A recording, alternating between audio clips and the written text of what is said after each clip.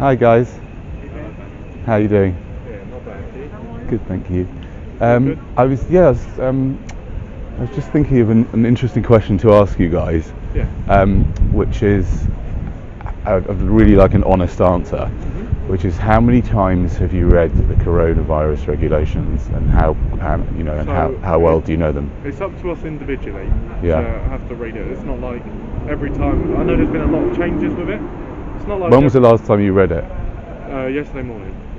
The whole thing through? The whole thing through. Okay. Yeah, just obviously it helps us. Knowledge is power. Obviously, if we're trying to enforce it, it's better that we know what we're talking about. Absolutely, 100%. Absolutely. Good. Yeah, I'm glad you did. Every time a new regulations come out, because there's Right. been a lot of changes, Yeah. it's up to us individually to just have a look at it.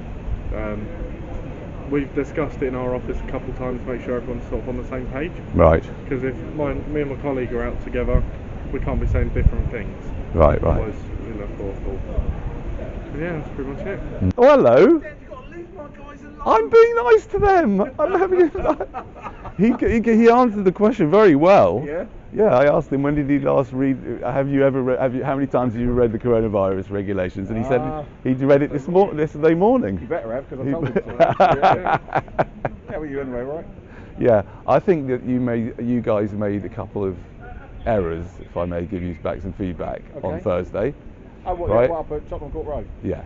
Yeah. I'll tell you why. That made the decision, I looked at but the way you were policing it, right, was, in my opinion, even beyond the ridiculousness of the regulations. So you're not talking about my guys in that line at the traffic lights. You're talking about what's going on behind us. No, I'm talking about basically the way, right, because as I understand it, correct me if I'm wrong, yeah. When I went through the rules, it was all like. There are loads of exemptions. There are loads of excuses for coming out, yeah, and and so exercise or whatever it is. All the excuses for being out, yeah. And once you're out, there is nothing that says that you have the power to tell me to go home. I can stay out and then I can carry on with my exercise and stop. I can go and visit, an old lady. Yeah, there is absolutely nothing that says that, right? And but you guys were threatening us, saying we have to go home because we've got no reasonable excuse to be out, yeah. And that's number one. Number two, I'm a journalist, yeah. And I'm a journalist, and there's nowhere that I've written in the coronavirus rules that you have to show, be one of the card holding. You have to pay a lot of money for those National Union journalists. Do you know what I mean? It's like I've got 50,000 subscribers. I think that's enough to say I'm some kind of journalist. It's not great. It could be like, I still laugh every time I look at that one with the pedal cycle when he pulls you on the red line, because I know him. So yeah, it was down in Brent, wasn't it, or somewhere, or Harrow, yeah. So, that was a classic. Honestly, that was the first time I ever saw you, and I was like, oh my goodness. Are you still in touch with him? I do. I see him every now and again. Right. Yeah. And it is about how you speak to people at the end of the day, isn't it?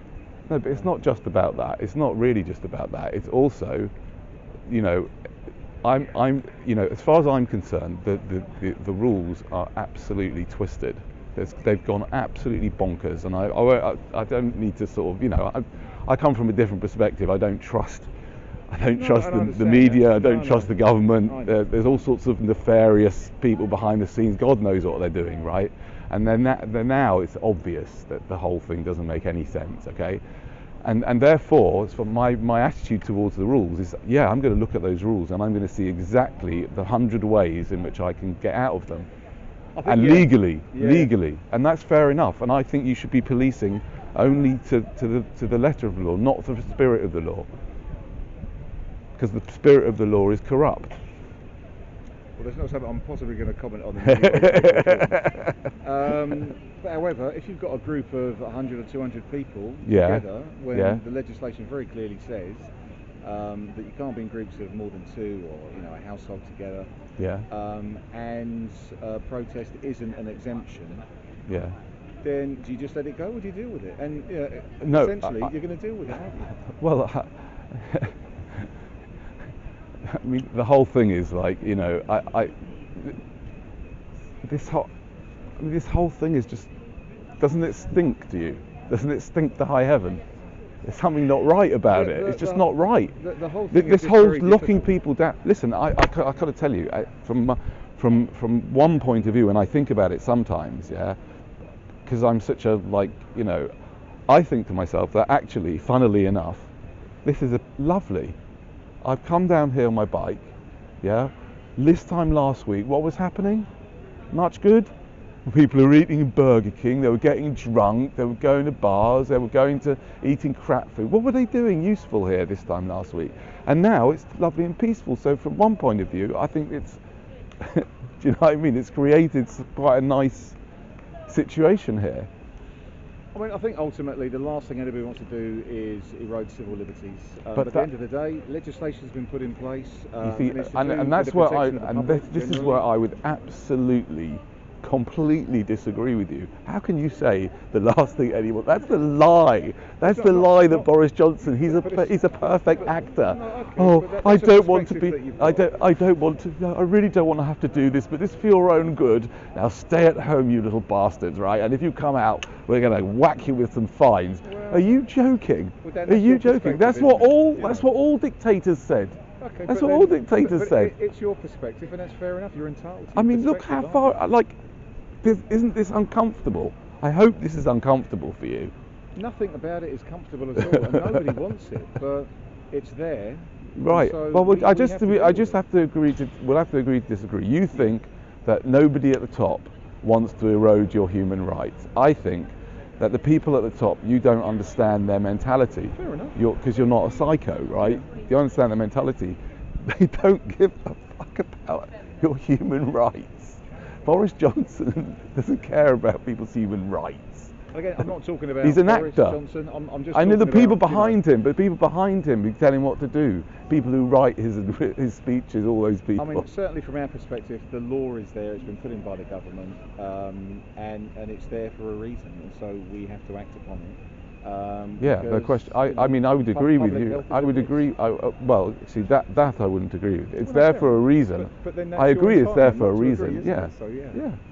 You know, and again, the last thing anyone's trying to do is make anyone agree. I don't want you to have to agree with me or anything like that. I think, the thing that makes this a wonderful society is the fact that we all have the right to agree or disagree, verbally. Yeah, but we're not. Yeah, but we're not really, are we now? We can now only get in groups of 2. Well, and by the way, there's another thing. By the way, if somebody comes out, and this is why I'm saying you need to. I believe. I mean, I don't. People need to educate themselves. But if someone comes out, and with one other person, yeah, and they came out for some exercise, and then they decided to stay here and stand and talk on a megaphone or talk out loud or have a sign, and there were just 2 people together, and they started coming out by having some exercise, they have full right to be there, and you have no right to threaten them that they shouldn't be there. I would agree to a certain extent, and I don't think anyone on my team, certainly I wouldn't come out and threaten anybody that you can't be here. I encourage my team, and absolutely, our starting point is to ask a question: what's going on? Like the 5 guys on the bikes who are just coming in. My starting point on that would be, do you know what? Do you live in the same household? We have a lot of trouble with people on bikes down here. They commit lots of crime. Right. There's lots of snatches and things like that. We've had one just now up in Oxford Circus. I'll be right with you, so I'm just having a quick conversation. My colleagues are over there. If you want to have a chat with them, if they can help you, thank you very much. Very good. And so it's just about, and the fact that they look at us and it's a complete U-turn and turn away would suggest to me that they know that they're breaching. Right. They don't want to have that conversation. They've gone the other way. But again, we're not going in there to drag them off their bikes or to arrest them. We're just saying, hang on, guys, we just need to have a chat with you. From where we're standing, there's 5 of you. We know, the rules of this at the moment, this moment in time. Do you live in the same house? And that's where the conversation is going to start. Right. Because if we just let everything go, then it just gets worse and worse and worse, and everyone takes advantage because they think, it's okay, we can do it because no one's going to challenge or do anything about it. But there's many different ways of challenging. Right. It's like I feel that you and I challenge each other on a regular basis, but in a way that's polite, that's nice, that we have a bit of a laugh sometimes between us as well, because I see what you do. I have a chat with my guys about it and say, your job is to not get sucked into a conversation where you're going to make idiots of yourselves. I mean, we deal with situations and, tensions and anger, and we're all human beings as well. Yeah, and of no course. one's saying we get it absolutely right every time. I mean, because we don't. Let's be honest. No, There are but things we can my do better, my isn't objection though with you is not about that you don't get it right every time. My objection, as you know, and especially in these times, is that you are, that there is a tiny group of people who have control over a huge amount of violence. Yeah, you are violent enforcers of the law. That's what you really are. I know it sounds awful, but that is the truth about it, right? If you get down to the bottom of it, and these people that control you, basically can get. I believe what's going on here is a type of experiment. It's a social experiment to see how far they can go with their ridiculous rules that don't make any sense if you really start to look at them carefully, right? In my opinion, right? So this is and what I'm saying is that the danger of your job is that there doesn't seem to be any point where you would say, okay, this is a step too far. I can't be involved with this anymore. And that's very dangerous, because the people who control everything, whoever they are, know that, and they're testing it to see how far it will go. Will you start taking people out of their houses one day? If they're infected or something. I'll tell you what you want you to watch is a trailer for Songbird. Watch the trailer for Songbird. Did I tell you about that? To university up in No. It's about COVID-23. Okay. Right? It's like a horror movie. You've got to watch it. It's really weird. Right? It's like a 2.5 minute trailer, and it's going to be on. It's been made already to film. Okay. And it's like a dystopia, like, version of this. Yeah. I mean, taking everything you say, I understand what you say. I think there are degrees, there are levels in every single situation, and the legislation that's in place provides the police and other people in certain circumstances the use of force that's reasonable in the circumstances. And it's impossible to dictate what's reasonable in a specific set of circumstances, because how big a book would you need to write it all? So it's whatever your mental state is, the way you see it, the way you think about it, how everything that's coming in, the information that you then make a decision that this is how I'm going to react to this scenario to stop it from happening, to protect someone. You can't just do it by saying to someone, I need you to stop, and they ignore you. So sometimes you have to sort of take a further step than that, and so that's why the use of force is provided that's reasonable. Now, reasonable is an interesting word, and everyone has a different viewpoint on it. But that's why we have courts at the end of the day to sort of make decisions about that, and other organisations like IOPC and sort of groups like that.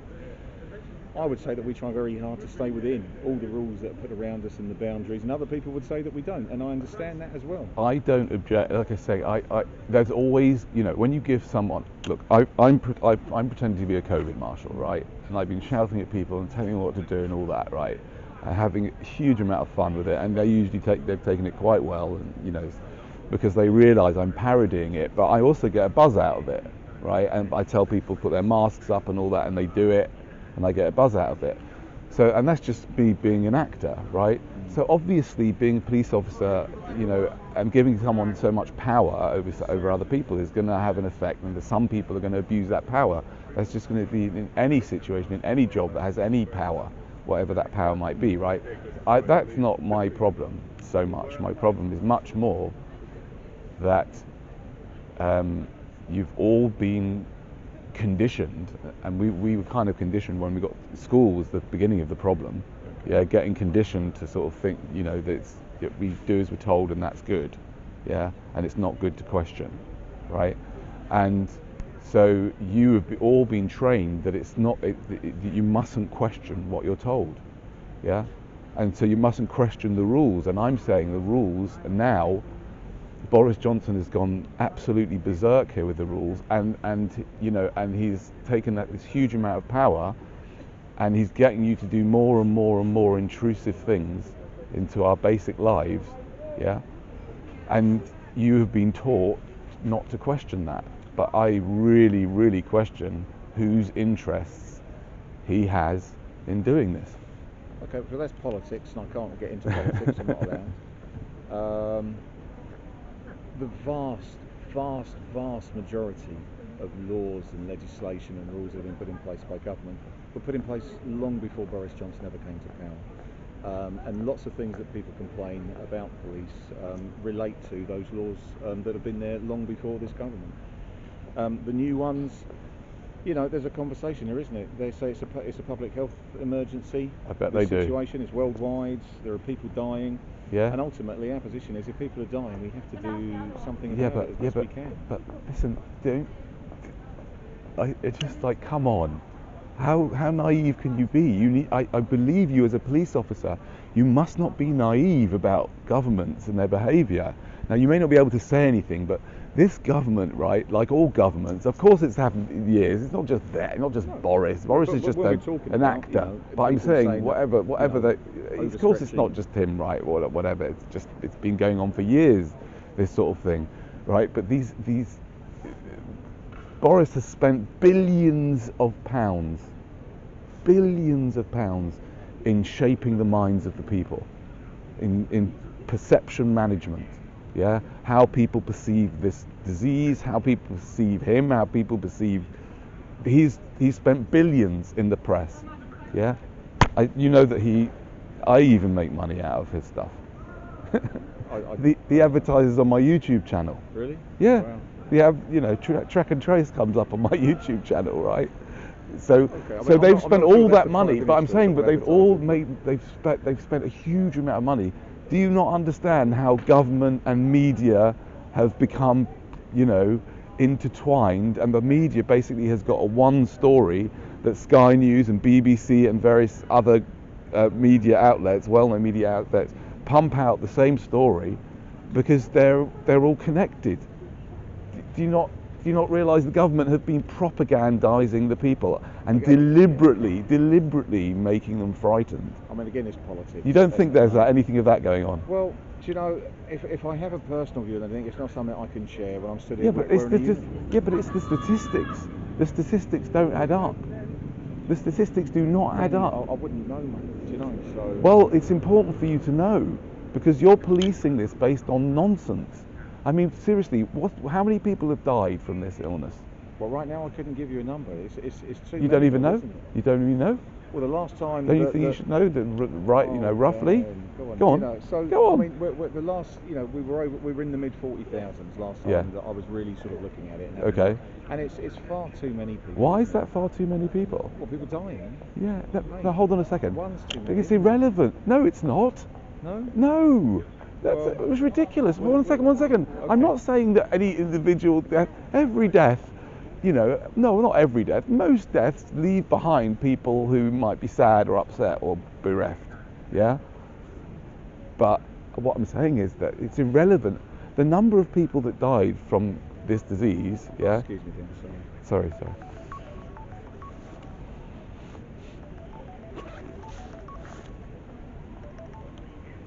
Go ahead. All right, mate. Go ahead. No problems. I'll see you over there in a second. All right. Dan, we'll talk again. We're going to finish our shift. It's always a pleasure talking to you, though. You too. Tell you. Do you know what I mean? I feel like not many of us understand what's going on when you come out and do your thing, and that I find interesting. Yeah, just be safe, okay? You too. All right. Take Lovely care. to see you. Bye.